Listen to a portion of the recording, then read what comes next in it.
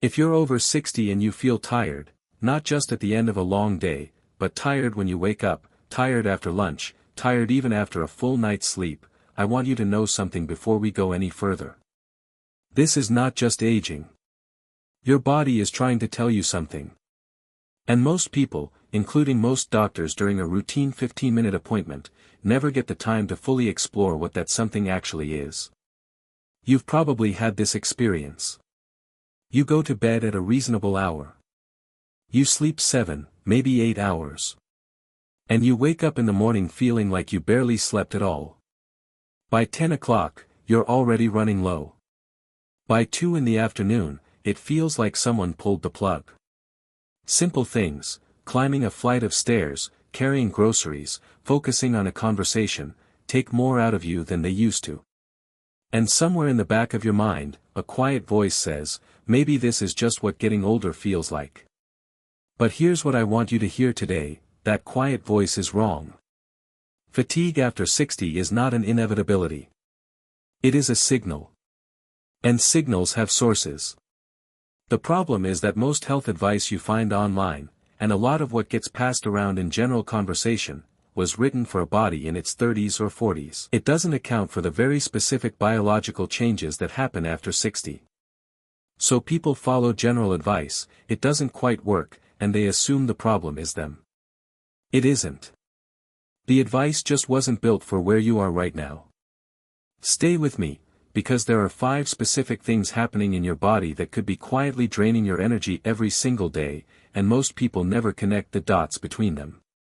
By the time we're done, you're going to understand your own fatigue in a completely different way. And more importantly, you're going to have real, practical things you can actually do about it. This is educational content, not medical advice. If you're managing other health conditions or taking medications, please talk with your doctor before making changes, especially because some of what we're going to discuss can interact with conditions that are common after 60. Now here's where this gets genuinely interesting, especially if you're over 60 and you've been told your labs look fine, your thyroid is normal, and there's no obvious reason for how exhausted you feel. The first hidden reason most people never figure out is what's happening with their blood sugar, and it has nothing to do with being diabetic. As we age, something shifts in the way our bodies handle glucose. The cells that used to respond quickly and efficiently to insulin begin to slow down. This is called insulin resistance, and it happens gradually, quietly, and in many people without ever triggering a diabetes diagnosis. You can have perfectly normal blood sugar numbers on a standard test and still be experiencing the kind of blood sugar instability that wrecks your energy throughout the day. Here's what it actually feels like from the inside. You eat breakfast, maybe something quick, maybe something with refined carbohydrates like white toast or cereal or a muffin. Your blood sugar rises. Your body releases insulin. But if your cells aren't responding as efficiently as they once did, that insulin response can overshoot. Your blood sugar drops, sometimes faster than it should, and that drop is what you experience as the mid-morning slump. The fog. The sudden heaviness. The craving for something sweet or caffeinated just to feel normal again. Then you have lunch. Maybe something light, because you're watching what you eat. But if it's mostly carbohydrates without enough protein or fat, the cycle repeats. And by 2 or 3 in the afternoon, you're in that familiar crash. You might even be used to it by now. You might have built your whole day around it, planning naps, avoiding afternoon commitments, resigning yourself to the idea that afternoons are just hard. Researchers studying older adults have found that blood sugar variability, the peaks and crashes throughout the day, has a measurable impact on reported energy levels, mood, and cognitive clarity. It's not just about being diabetic. It's about the stability of your fuel supply hour to hour. The practical shift here is simpler than most people expect. It's not about radical dieting. It's about specifically, adding protein and healthy fat to every meal so your body has a slower, steadier fuel source. Eggs at breakfast. A handful of nuts as a snack. Fish or chicken at lunch with vegetables. When you eat this way, your blood sugar rises more gently and drops more gradually. The crashes become smaller. The afternoon fog starts to lift. Many people notice a difference within a few days of making this one change, and they can't believe how long they lived without understanding what was happening. Most people stop here, but what comes next is the part that actually changes things, because even if your blood sugar is perfectly stable, there's a second reason your energy may be declining that almost nobody talks about in straightforward terms. After 60, your body begins to lose muscle tissue at an accelerating rate. This condition has a name, sarcopenia, and it affects the vast majority of adults who aren't actively doing something to prevent it.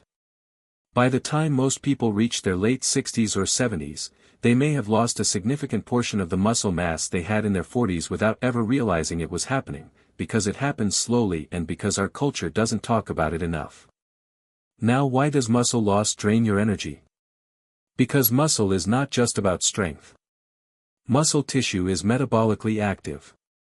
It's involved in how your body produces and uses energy at a cellular level. Less muscle means your body's overall metabolic engine is running smaller. The same activities, walking upstairs, carrying things, moving through your day, require a greater percentage of your remaining capacity. Everything feels harder not because you've gotten lazier or weaker-willed, but because you're genuinely working with less. Think of it this way. Imagine you used to have a V8 engine and now you're running a 4-cylinder. You can still get where you're going, but the effort required is noticeably higher. That's what sarcopenia feels like from the inside. Here's what matters: you don't need a gym membership. You don't need to lift heavy weights. The research on muscle preservation in older adults is actually quite encouraging. It shows that even modest, consistent resistance activity can slow and in many cases partially reverse age-related muscle loss. We're talking about things like body weight exercises, resistance bands, light dumbbell work, or even activities like chair squats and wall push-ups done consistently a few times a week. A 67-year-old woman named Carol, someone who had spent 2 years attributing her exhaustion to getting older, started doing 20 minutes of simple resistance exercises 3 times a week after her doctor suggested sarcopenia might be a factor. She told me she didn't notice much the first 2 weeks. But by the end of the first month, she realized she was getting through her mornings without needing to sit down and rest. By month 3, she was doing things she'd quietly stopped doing because they'd become too tiring. The change wasn't dramatic. It was gradual and honest and real, and it came from addressing a cause, not just managing a symptom. If you're over 60 and you've been mostly sedentary, please talk with your doctor before starting any new exercise program. But don't let that be a reason to do nothing. Even a daily 15 to 20 minute walk makes a difference. Movement is not optional at this stage of life, it's medicine. Now here's where it gets specific to people our age, because the third hidden reason for fatigue after 60 is something that happens while you're sleeping, and it's one of the most underappreciated causes of daytime exhaustion in older adults. Sleep changes after 60. This is not a myth and it's not an exaggeration. The architecture of sleep, the way your brain cycles through light sleep, deep sleep, and REM sleep across the night, genuinely shifts as we age. The proportion of deep, restorative sleep decreases. You spend more time in lighter stages where you're more easily awakened. Your sleep becomes more fragmented. You might wake up 2 or 3 times a night and not even fully remember it in the morning.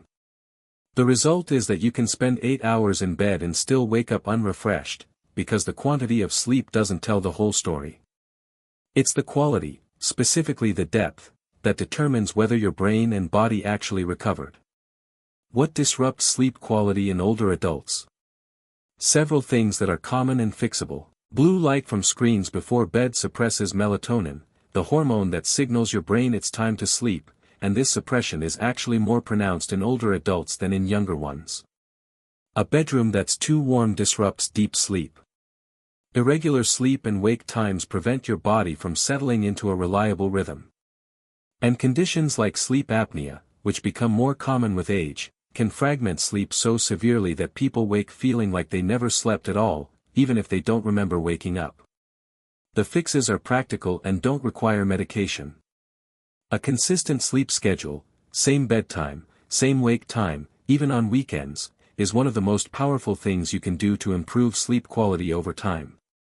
Keeping your bedroom cool and dark matters more than most people realize.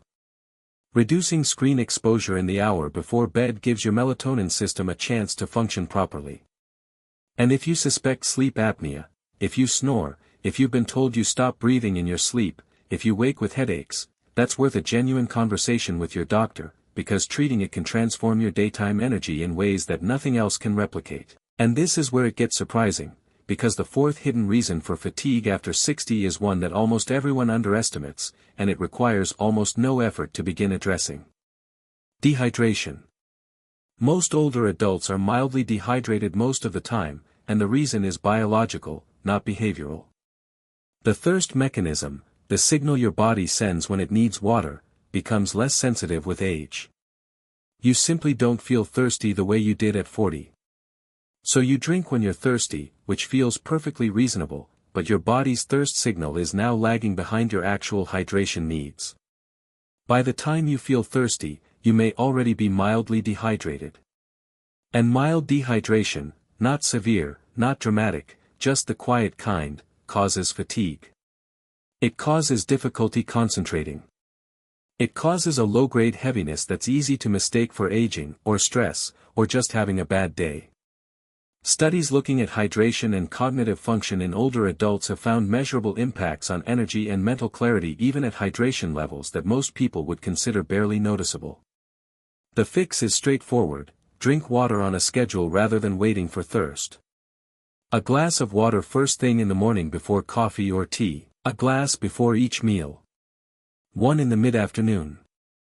You don't need to track ounces obsessively. You just need to build the habit of drinking water at predictable times throughout the day, because your body's reminder system is no longer as reliable as it once was. Herbal teas count. Broth counts. Many vegetables and fruits contribute to hydration. But plain water, consumed regularly and proactively, is the simplest intervention. Some people who make this single change, just drinking more water consistently, report a noticeable improvement in afternoon energy within a week. Not a transformation. Not a miracle. Just a steady reduction in that flat, drained feeling that used to arrive reliably by 2 in the afternoon. Before we get to the fifth reason, and this one surprises people, because it operates completely out of sight, I want to acknowledge something. If you've been living with fatigue for a long time, you may have quietly adjusted your whole life around it. Stopped making plans for the afternoon. Started declining invitations because you weren't sure you'd have the energy. Found yourself doing less and then feeling guilty about doing less. That pattern is so common in adults over 60, and it happens so gradually that many people don't even realize it's happened until they look back and see how much smaller their world has become. That's not weakness. That's what happens when a problem goes unaddressed for long enough. The fifth hidden reason your energy may be suffering is chronic stress, and specifically what chronic stress does to a hormone called cortisol. Cortisol is your body's primary stress hormone. In short bursts, it's helpful, it gives you energy and focus when you need them. But when stress is ongoing, the kind that doesn't go away, the kind that comes from health worries, financial concerns, relationship difficulties, grief, or simply the accumulated weight of navigating a complicated life, cortisol levels stay elevated for too long. And sustained high cortisol is exhausting. It keeps your body in a state of low-level alertness, never fully relaxing, never fully recovering. Your sleep is lighter. Your muscles don't recover as well. Your immune system works harder. And your adrenal glands, which produce cortisol, can become fatigued themselves, leading to a kind of paradox where you feel simultaneously wired and drained. Alert but exhausted. Tired but unable to fully rest. After 60, this becomes more complex because the stressors are often real and significant. Health changes. Loss of people you love. Shifts in identity around retirement or changing roles. These are not trivial anxieties that you can simply decide to stop having. But the body doesn't distinguish between a stress that's warranted and one that isn't, it just responds to the signal, and chronic activation of that response costs you energy you can't afford to keep spending. What helps is not eliminating stress, that's not realistic, but creating consistent moments of genuine physiological calm. Deep, slow breathing done deliberately activates the parasympathetic nervous system, the rest and digest state, and actually lowers cortisol measurably. This doesn't require meditation if that's not your style. It can be as simple as sitting quietly for 10 minutes in the morning before the day begins. A short walk without a phone. A few minutes of intentional slow breathing before bed. These aren't luxury habits. For a body dealing with chronic stress, they're recovery tools. Social connection also matters more than most people realize. Research consistently shows that older adults with strong social ties have lower cortisol levels, better sleep, and higher reported energy. Not because friendship is a magic fix, but because human connection is genuinely regulating for the nervous system. If isolation has crept into your life, and for many people over 60, it has, quietly and without drama, that's worth paying attention to. Now here's the part your doctor probably hasn't had time to explain, and it brings all 5 of these things together in a way that matters. These 5 causes of fatigue don't operate in isolation. They interact. Chronic stress disrupts sleep. Poor sleep makes blood sugar harder to regulate. Blood sugar instability drives food choices that accelerate muscle loss. Dehydration makes everything worse. When you're addressing one, you're often helping the others too. This is why people who make a few of these changes at the same time often feel results faster than they expected, not because any one thing was a magic solution, but because the whole system starts to work better together. So if you're over 60 and fatigue has become a daily companion, here's what a realistic starting point looks like. Begin with water. It requires no equipment, no special food, no exercise capacity. Just a glass of water in the morning before anything else, and a glass before each meal. Do that consistently for 1 week and notice what happens. Then look at what you're eating for breakfast and lunch. Not to restrict, but to add. Add protein. Add a healthy fat. See if the afternoon crash changes. Many people find this to be the most immediate and noticeable shift. If you're largely sedentary, start with walking. 15 minutes a day, outside if possible. Add simple body weight movements, chair squats, wall push-ups, 2 or 3 times a week. Don't try to do everything at once. Consistency over months matters far more than intensity over days. Look at your sleep environment. Is your room cool? Is it dark? Are you on a screen until the moment you close your eyes? Pick one thing to change and give it 2 full weeks before deciding whether it made a difference. And find something in your day that is genuinely restful. Not passive, not watching something stressful on television, but actually restful. A walk. A quiet cup of tea. 10 minutes of slow breathing. Something that tells your nervous system, the alert is over, you can rest now. What should you realistically expect? Not a dramatic transformation in a week. That's not how the aging body works, and anyone who tells you otherwise is not being honest with you. What you should expect is a gradual, cumulative improvement over 4 to 8 weeks, less severe afternoon crashes, slightly better mornings, a little more ease in daily activity. Small changes that compound. And if after making these changes you still feel significantly fatigued, that's an important conversation to have with your doctor, because there are medical causes, thyroid issues, anemia, vitamin deficiencies, sleep apnea, that require professional evaluation. The goal is not to feel like you're 40 again. The goal is to feel like the best version of where you actually are, which, for most people who address these 5 areas, is considerably better than where they are right now. If this gave you a different way of thinking about why you've been tired, I'm glad. This is what I do here, real explanations, built specifically for where we are in life after 60. No quick fixes, no miracle claims. Just honest, practical information that respects your experience and your intelligence. If that's useful to you, subscribe. And tell me in the comments, which of these 5 causes surprised you the most? I read everything, and your answers help me understand what to cover next.